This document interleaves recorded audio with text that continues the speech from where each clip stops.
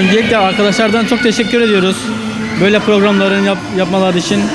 Yani şehit ve şehadetin her yıl bu şekilde düzenlenmesi bu şuurun daha diri ve bilinçli olmasını sağlıyor.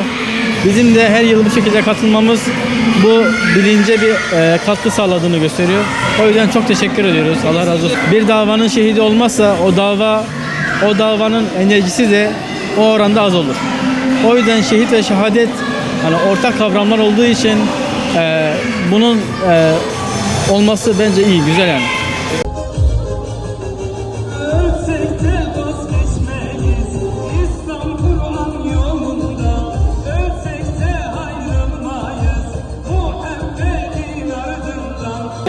Şehadet bizim için çok önemlidir.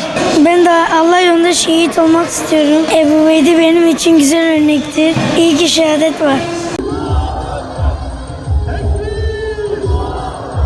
Şehadet Allah bizlere de inşallah nasip etsin ama şehit olmadan önce şehit gibi yaşamamız lazım. Rabbim de inşallah bizi bu kardeşlerimiz gibi özellikle şehit Sacit gibi şehit Sacit'i örnek alıyoruz.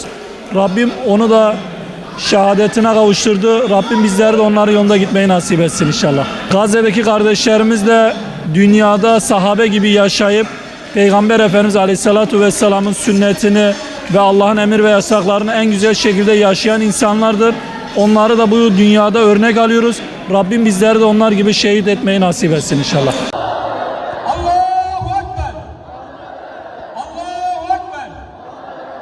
Tabii şehadet herkesin bir özlemidir. Her Müslümanın, her müminin bir özlemidir. Yani şehadet kolay bir mertebe değildir. İnşallah Rabbim bize de nasip eder inşallah. Büyük bir özlemdir, büyük bir mertebedir. Her müminin beklendiği bir özlemdir inşallah.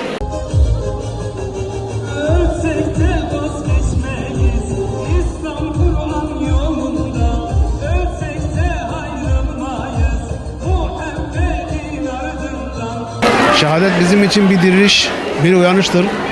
Gerçekten uyanmamıza vesile oluyor. İnşallah biz de buradan feyz aldık ve nasihat aldık.